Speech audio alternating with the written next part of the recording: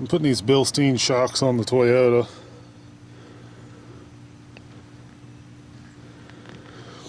Anyhow, I'll just show you this. I thought it was kind of neat. It's got a recess in the top rod for a 5mm hex key. So in order to hold the shaft, when you snug up this top, that top nut there, you got to use a 5mm hex key and hold the shaft still to where you're torquing it down.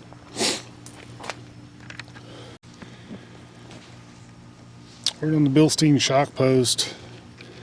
Put the kind of dull colored thicker washer on first, your rubber bushing, and then the shinier one with the little nipple on it. And then that'll go on. Then on top of the steel piece on the A-arm, on the steel piece on top of the A-arm, you'll put the rubber bushing,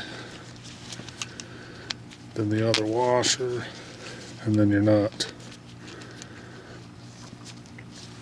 like so. Torque the nut to 18 foot-pounds, like I mentioned before, with the 5mm hex key in the center of that shaft.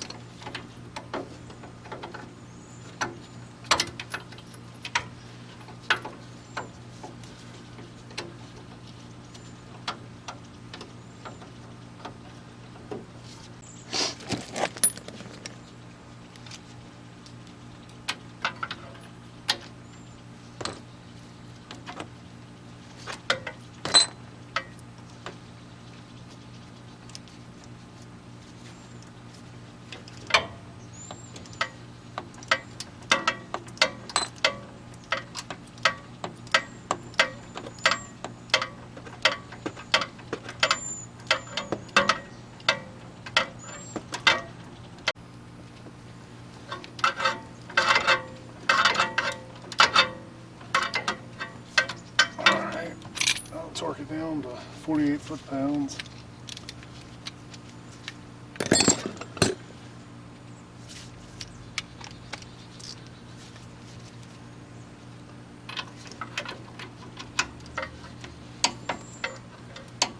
Okay, got it.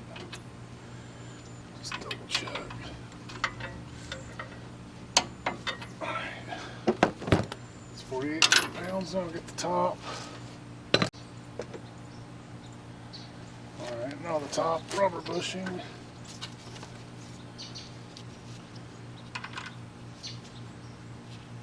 Here's the nylock nut. Is on top. Let's just double check. The other one was a 14mm, so I'm assuming this one is. Of course not.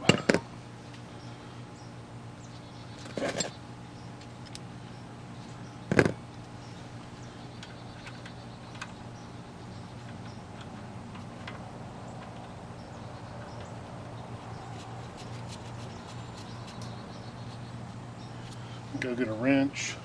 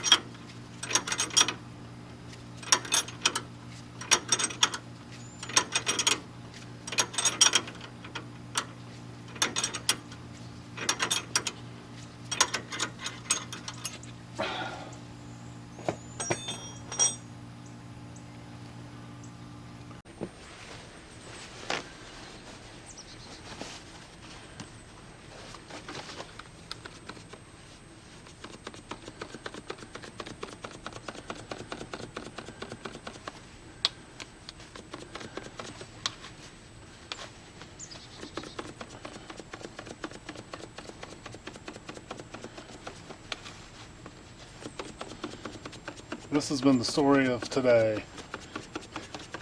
Nothing has gone right. A 10-minute job's taken about 2 hours.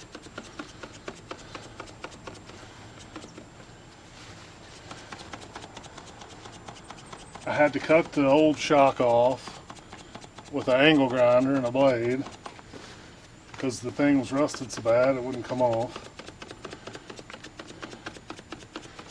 I mean, it's the perfect metaphor for today.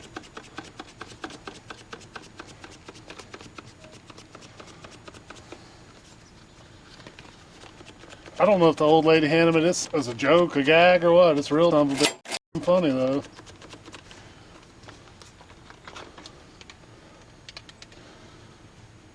Trying to clean the piece of shit up a little bit to make it look halfway decent.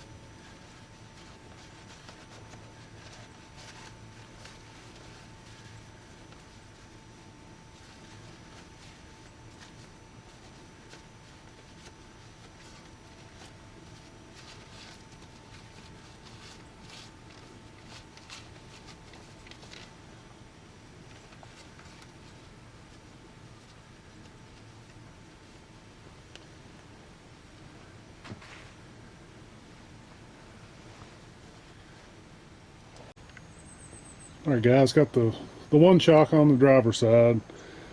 Like I said, what should be a 10-minute job in a perfect world with minimal hand tools takes every friggin' tool you got. Grinder, I mean, you name it. Every damn tool you got just to change a friggin' shock absorber. I mean, that's